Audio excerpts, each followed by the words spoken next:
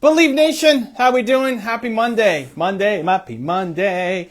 Monday is mentoring day for me, so I'm spending the day mentoring people on my team. I can't believe it's already 2 o'clock. It's been crazy. It's been nonstop, just hangouts and Skype calls and just mentoring the people on my team. Some people are for 25 minutes, some people are longer, and it's just nuts. It's just nuts how quickly everything goes and flies by. So hopefully you're having a great Monday. See a bunch of people in the chat. Let's bring in Aaron. Happy Monday. Hope you're using today to chase down your goals, my man. Hey, Evan. How are you doing? Good. How are you, Aaron? Doing really well. Thanks for taking the time to chat today. Appreciate it. So tell everybody your story, because it's a pretty crazy one. Thank you. Appreciate it. So my name is Aaron Golub. I'm the first legally blind Division I athlete to ever play in a game. Played football at Tulane University. I was a long snapper, went on to become a team captain and an NFL free agent. Now I'm a public speaker working to inspire and impact as many people as I can with my story and show them that anything is possible. You can overcome any obstacle, any challenge, any roadblock if you truly work hard enough and are passionate about what you do. I love it, man. And how long ago was it? Like, when did you stop playing? Yeah, so I finished playing at Tulane in 2018 and then did my pro day after, talked to a couple teams. Not currently playing. I mean, if the opportunity ever came, then, we'd evaluate that. But right now I'm just working and helping to impact the lives of others through speaking and with my story.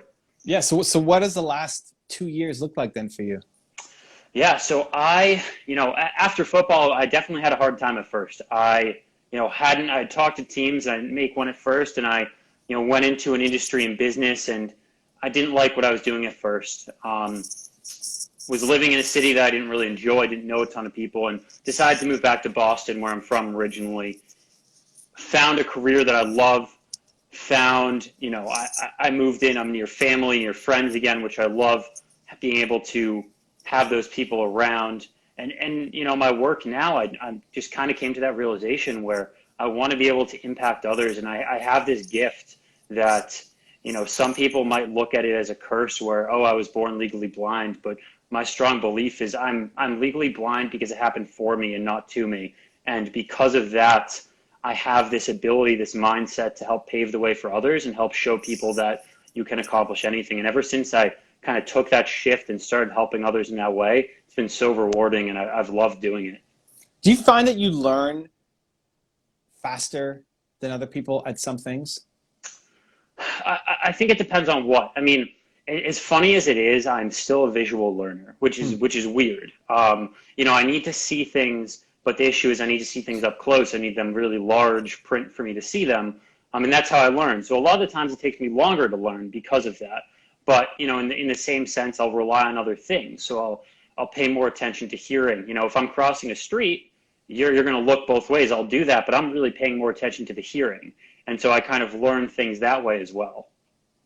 Yeah, it's interesting to find so many people who have some kind of, what people would consider disability, but then they turned it around not just through the sheer work ethic, because you had to work hard to get to where you are, right, and what you did. It's not just, Absolutely.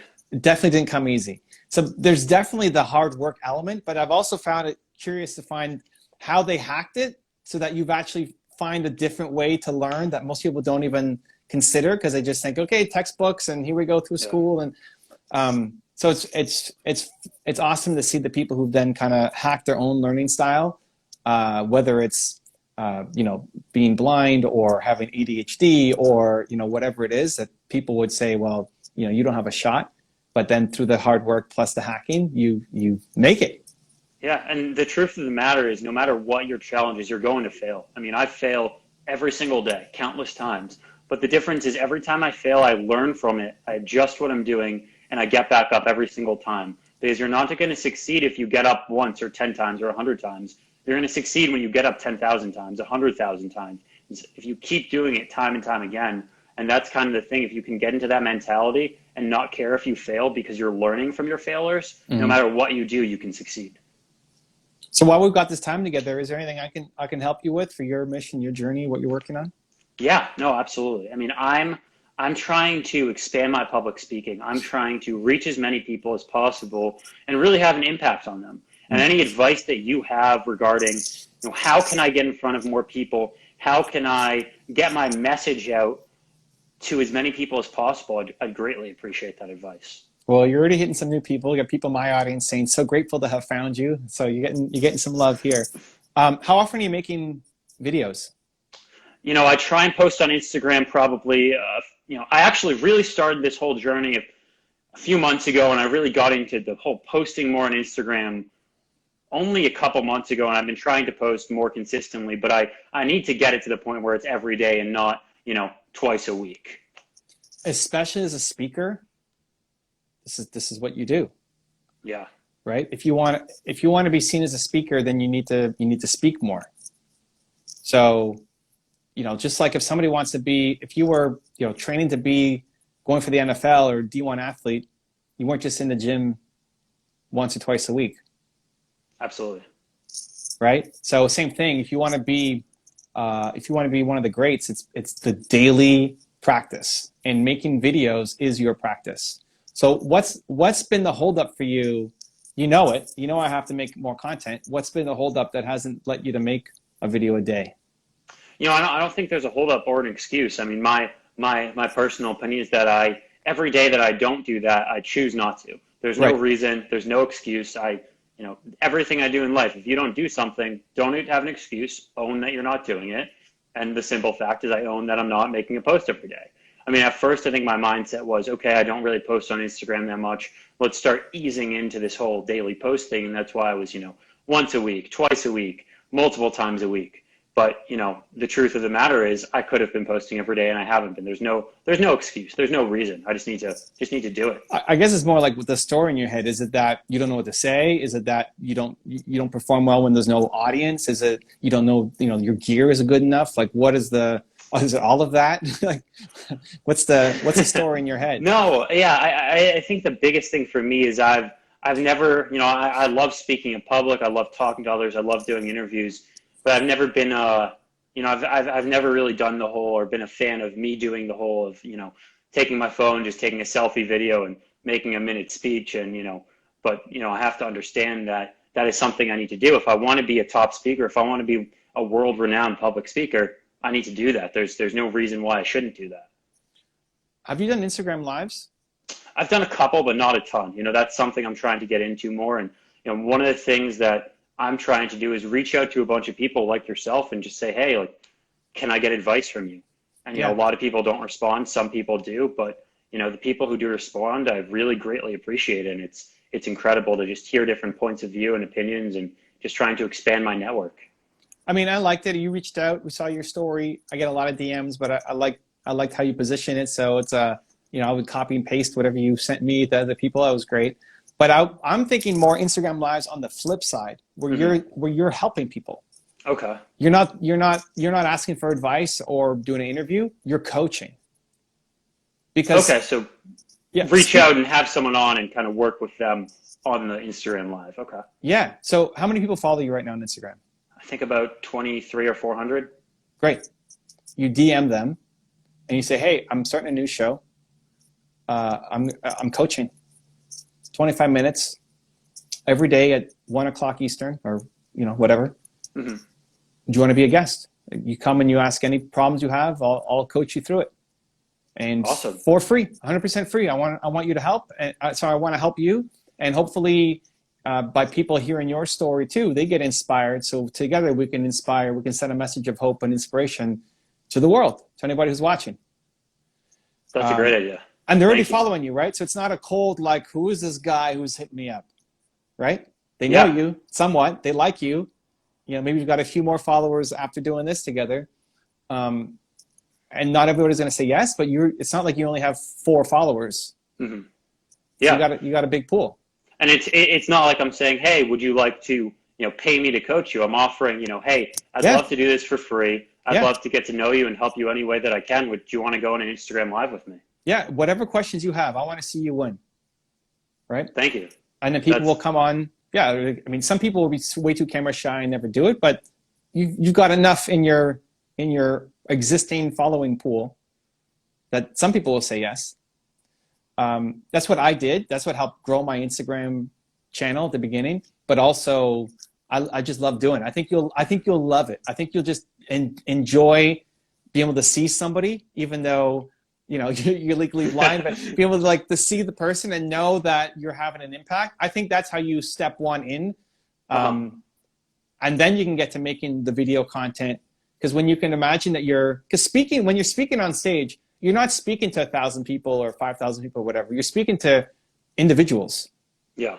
And the more that you coach and help people, you realize, oh, these are the people who are showing up in the seats that I'm speaking to. Okay. And Great. so the more practice you get helping people one-on-one, the better speaker you'll be as well. Because you know exactly what they're going through, right? So this is the practice. You don't just show up on game day and play. It's all the practice in the weight room and the reviewing tape and all that. And I think you just have a lot more fun. Yeah.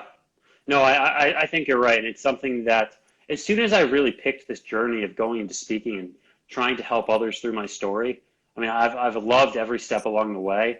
And it's almost that adrenaline rush that I haven't had since playing football. It's just, every time I step up, whether it's over Zoom lately because of the pandemic or in-person events, there's that thrill that comes across you when you get to speak to a crowd of people, and it's so much fun. But, doing that on that smaller level not only gives you the practice, it allows you to relate to people on a more one-to-one basis and learn what people might want to hear on that larger scale. 100%. And I think for you, I think it'll just feed your soul, dude. Like, I think I've connected with a lot of the top speakers in the world, and there's some who just really, really deeply care about people. Mm-hmm. And I feel that in you. It's like you really care about people. You really want them to get the shift that they need and to stop making excuses. Like, somebody's going to come and tell you that I can't do this because I don't have, a good phone or something. And you say, dude, I'm legally blind and I'm doing this, right? It's like, what excuse can somebody throw at you? Yeah, absolutely. So you're giving people the permission to go off and do the thing that they're afraid to do. So I think for you, it's a winning strategy in that, yes, it makes you a better speaker, but it also will fill the soul for you and give you the momentum that you need to get to where you want to go. Definitely. And then somebody will see it. Like, somebody will see your IG live and say, who's this guy? Never heard of him. What a story. We should have him on our show to XYZ, right? You keep doing Absolutely. it. When I got back from LA, I decided on the plane ride home that I was going to do it. Mm-hmm. And I booked the first 5 guests myself. I did the same thing I'm telling you to do, right? So, like, I ate the dog food. This is exactly what I did. I messaged 5 people who were in my followers on the airplane on my way home. And I said, hey, I'm starting a new show. Can you do Monday at 1 o'clock? Can you do Tuesday at 1 o'clock? I booked my first 5 people myself. And then that started the show to now whenever I go live, there's always people who want to join in live. Yeah. So once you start building up momentum for it, people will just know, hey, every day at 1 o'clock, he's going live. Maybe tomorrow I'll raise my hand, where you won't even have to book guests anymore. People will just show up. Mm-hmm. But for the first couple of weeks, you book your guests yourself and you create that consistency. I think you'll crush it, dude. I think that's your next best step. And then you can even take pieces of that and cut it down to 1-minute clips. Great. Awesome. And, that's a great point there too, because if I'm talking with someone on a call, I mean, I've seen somewhat of what you do, kind of posting things on your Instagram through that. It allows you to have that content that, that speaking where you don't have to go back and edit it. You're in the moment speaking it. It's not like I sit in front of a computer and say, what do I want to talk about now? I give advice based on what we're talking about. It's not, I really think about it. I think it's a lot better when it's natural anyways. Yeah. So if you're talking to someone for 25 minutes, there's going to be probably multiple moments of gold in there that then you can cut into a 1-minute clip to put to your Instagram. Yeah, I think it's great. I think that's like a daily show, whether it's 5 times a week or 7 days a week, depending on how badly you want it. Mm-hmm. And all you have to do is show up. Like, you're not preparing, you're not memorizing a script. You don't even know what they want to talk about. You just show up and say, hey, I'm here. How can I help? Mm-hmm. and you're relying on your story and your empathy and your care to help get them through whatever they're going through. So it's literally just 25 minutes a day. Awesome. Right? Thank you. The next step up from there on top of the show would be stories. I do IG stories. Are you doing IG stories? Yeah, no, I do stories. I haven't been doing many, selfie of me talking like I mentioned, but I'll do stories of posts of people I think are interesting, or my posts, or just random things that I see that I want to share with other people. I do you talking. Mm-hmm. To practice getting it down. Now the minimum is 15 seconds. You can hold your thumb on it for longer to go for a minute if you want to, but I'm just trying to lower the threshold so that you can get the momentum that you need, so you can start building it. Ultimately, you're going to have your own crew. Ultimately, you're going to have your own studio. Ultimately, like as you build this thing up, you're going to have a team of people who will take care of a lot of the stuff for you. So what can you do yourself at the beginning? You do your coaching sessions daily, and then IG lives, something as simple as a morning message. Yep.